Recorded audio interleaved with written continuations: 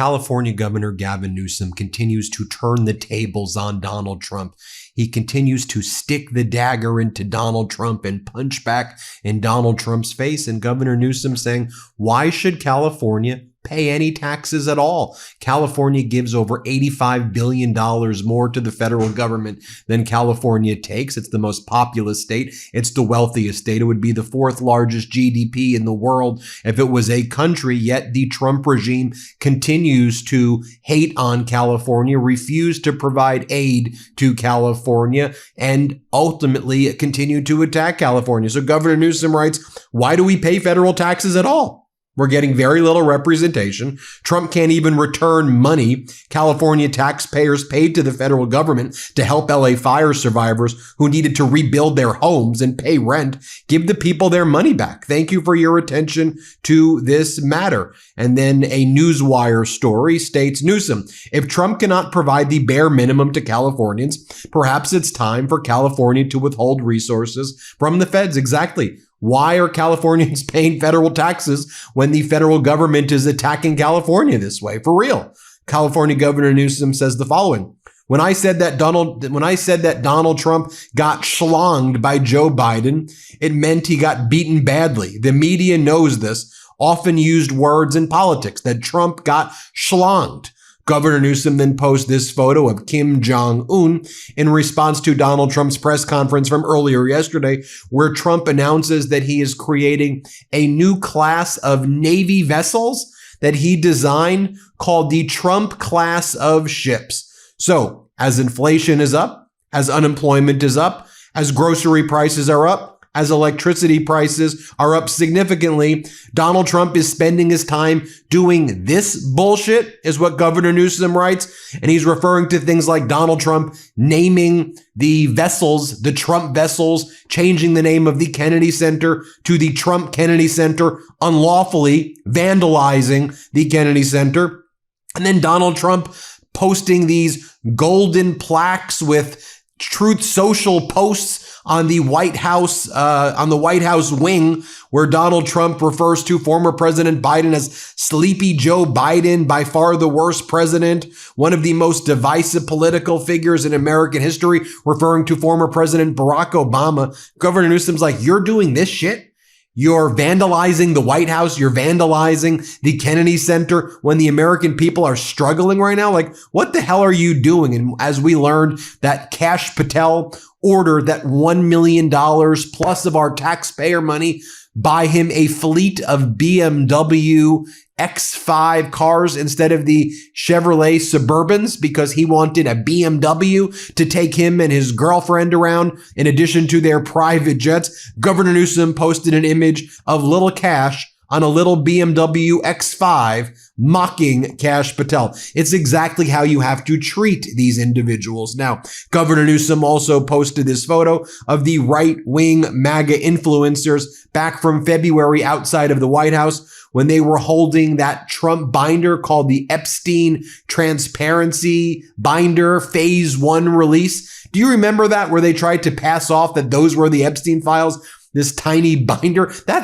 Go back to February when the Trump regime brought in all their propagandists to the White House. They're like, we did it. We got the files. And everybody was like, dude, what the hell are you talking about? Those aren't the files. You're just showing old phone logs that were produced like 7 years ago. Do you really think that we're all that stupid? That's how the Trump regime behaves.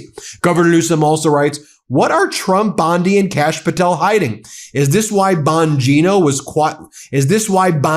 the deputy FBI director, quit the day before they ignored the law and released only a few files? This in response to the news that at least 16 files from the Epstein release disappeared from the DOJ's website, including a photo of Trump with no explanation. By the way, it should also be noted that yesterday, the Trump regime released its batch 8 of DOJ files, then immediately took that down from the DOJ website. Governor Newsom then posts, I hope everyone has a great holiday weekend, except our clinically ill felon president, Stephen Miller, J.D. Vance, J.D. Vance's couch, J.D. Vance's futon, Cash Can't Catch Him Patel, Cosplay Christie's, Participation Trophy Pete, Caroline Levitt, Secretary Brainworm, and Mike Always on His Knees Johnson. Love that he calls MAGA Mike Always on His Knees Johnson. Then Governor Newsom did this podcast right here with the San Francisco Standard. Let's take a listen to what he said here. Powerful words. Let's play this clip. I think all of us that have been on the other side of Trump understand there's no working with Trump. There's only working for Trump. And while there's situational opportunities, and we experienced that when I worked with him, probably better than any governor in this country, certainly Democratic governor, during COVID, there were a lot of benefits for that. But there was a lot of realities in terms of that relationship that we have to confront. And California's confronted it in a very meaningful way. We have filed we're getting close to 50 lawsuits. They were not proactive litigation. It was in response to his assault on this state. And the assault on our universities, the assault on funding, $4 billion transportation funding, $1.2 billion for a hydrogen hub. I mean, I could sit back and say, Mr. Trump, you're doing a wonderful job, sir, and continue to watch him completely fleece this state and this extortion racket that he's running. And ask the folks at UCLA. The cuts to NIH, cuts to NSF, the impacts to our universities here and UCSF, and the ability to attract the best and the brightest from around the world, the $100,000 burdens on H-1B visas, the issues around legal, not just illegal or undocumented, in immigration broadly. The impacts are outsized in this state. And so we're going to stand up. My state of mind is always an open hand, not a closed fist, but we're going to stand up for our people, our values, and stand up for those being bullied and intimidated. More from Governor Newsom right here, pushing back. Play this clip. Well, I've said this. The only thing that mattered was 2025. That's why we did Proposition 50. This guy tried to rig the 2026 election. He started in Texas and he went to Missouri, went to North Carolina, tried to go to Indiana. He'll certainly get the support in Florida. He's not screwing around. There's a ruthlessness coming from this administration. These guys are trying to wreck this country. And not only are they trying to rig the election in the context of this redistricting, but look what Trump is doing with masked men, showing up, secret police, his own private police force, like in Gregory Bavino. And folks out there that are trying to intimidate free expression, free speech, the fact that we're going to have quick response teams in every state in this country in January. Wake up, folks, to what's going on, how he's trying to vandalize these elections by calling them rigged the day of the election. Donald Trump said the election out here was rigged. Sent in the DOJ and monitors, filed, and we're in court literally yesterday. We were in court on Proposition 50 and the expectations that we go to the Supreme Court. You should put chills up the spine, a lot of folks.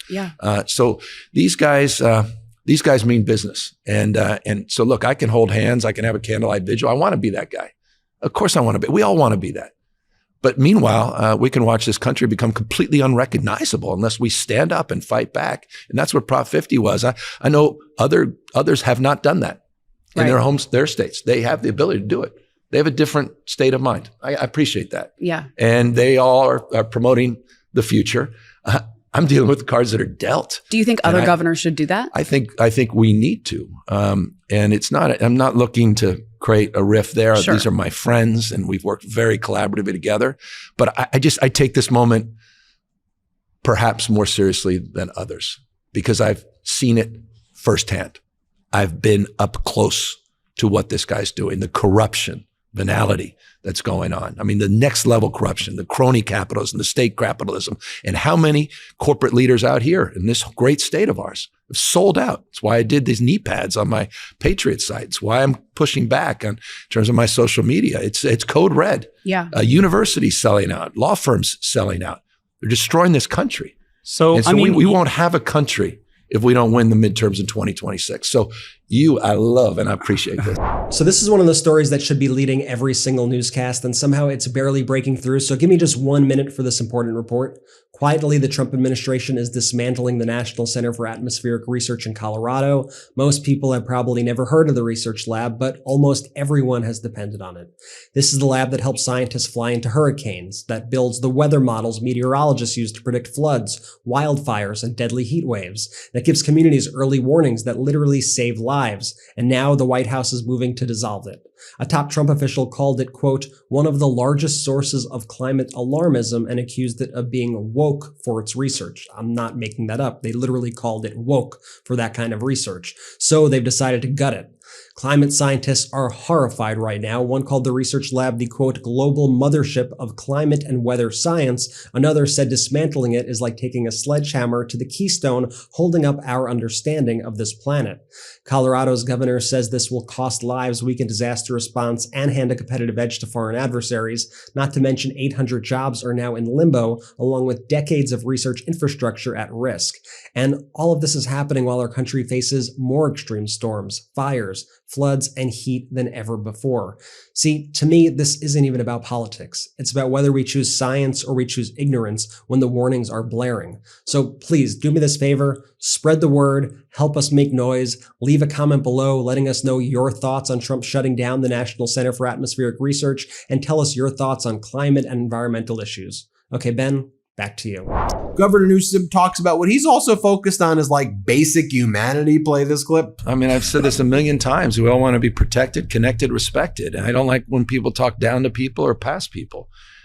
Open hand, not a closed fist. It extends back to the Trump question too. I'm not habitually wired like that, but I also am going to stand up for people that are being attacked and threatened, and institutions and human beings that are fearful and anxious. I mean, communities on edge in the Latino. I mean, it's just disgrace what's going on in this country. So that's the line. But when it comes to humanity, I'm just trying to pull that out of folks. And I think you'll like this as well, to actually hear a leader speak with clarity, moral clarity, intellectual clarity, exercising moral and formal authority, and having a command on the legislation that's out there. Governor Newsom here gives a very nuanced discussion of an issue that is very important, that is not getting enough attention. AI. How do you harness the power of AI in a way that's beneficial while placing the appropriate safeguards and protections to make sure that people aren't losing their jobs, to make sure that it's not used as a tool to harm minors, to harm individuals in general? How do we do it in a way to ensure that, these data centers that are being built are not environmentally extremely harmful, are not destroying communities, are not raising electricity prices? So Governor Newsom gives a very nuanced analysis, and it's so great to finally hear some intelligent leader talk about this stuff. Tell me what you think here. Play this clip. AI for decades has been part of the conversation as we move from search to suggest, and we didn't necessarily have the vernacular around it. Now Gen AI, we're starting to understand. And then as we get to AGI and the issues around superintelligence, the anxiety, the promise and peril that it promotes and that it creates. So look, California's been a leader in this space. We're not only a leader in terms of creating and developing the technology and obviously accelerating and scaling that technology around the globe. 32, 33, arguably of the top 50 AI market cap companies in the world are right here, dominantly, disproportionately here, quite literally in San Francisco, not just in the state of California. Right around the corner. Yeah. And so we have a responsibility, and we've led across issues in technology, on privacy issues and data protection, children's safety. We created a privacy council statewide that has authority that doesn't exist in any other state in the country. And so our state of mind is about accountability, responsibility. I've signed 18 AI bills. We've led on watermarking. We've led on robocalls. We've led on protections across the spectrum. But the issue around large language models specifically, and issues around frontier models, issues that were brought to the fore last year when I signed SB 53, which is a nation-leading framework that interestingly is being debated as we speak in the governor's office in New York, where Kathy Hochul will make a determination of whether or not to look to California as a model and begin to frame potentially the opportunity to look at what we've done as a national model. Of course, Trump and some of his folks like David Sachs, everybody else out here, want to undermine California's leadership in this space, but we want to maintain it as imperfect as our regulatory system is, meaning we are very mindful of the importance of being iterative and maintaining a posture of flexibility on the basis of the known and unknown realities of Governor Newsom also responds to the White House bragging about how it's changed the name, unlawfully, I might add, of the Kennedy Center to now be called the Trump Kennedy Center. And Governor Newsom says, can't wait for the next president to overturn this on day one. Little foreshadowing, eh? We'll check back in 2028 when I think Governor Newsom may possibly be that guy who's going to overturn it on day one. And I certainly hope that whether it's Governor Newsom or whoever becomes the next president, that they rip down that East Wing, that the new Golden Ballroom thing. If Trump builds an arch, that thing gets blown up. For real, that it gets torn down by a future administration, that all of these things with Trump's name on it immediately changes, that all these Trump stooges are immediately fired. It's going to be a Herculean task, but I think someone like Governor Newsom is up for the task. There's a lot of other great people also who it could be, but I think Governor Newsom is up for the task. Governor Newsom also responds to the following post. Heating costs are expected to go up 9.2% this winter across the United States. Great work, Donald Trump, Gavin Newsom writes. Gavin Newsom also responds to the news that the national debt surpassing $35 trillion. It continues to increase at a record pace. Wow, great work, Doge. You can really see where Doge is doing great. And finally, Governor Newsom goes after Pam Bondi, the corrupt attorney general covering up for the child sex trafficking ring. And the Department of Justice is like, we're going to continue to review and redact because we're really focused on transparency here with the Epstein files. Governor Newsom responds, sure, Pam, sure. There you have it, folks. Great stuff by Governor Newsom. Let me know what you think. Hit subscribe. Let's get to 6 million. We appreciate you so much. Want to stay plugged in? Become a subscriber to our Substack at MeidasPlus.com. You'll get daily recaps from Ron Filipkowski, ad-free episodes of our podcast, and more exclusive content only available at MeidasPlus.com.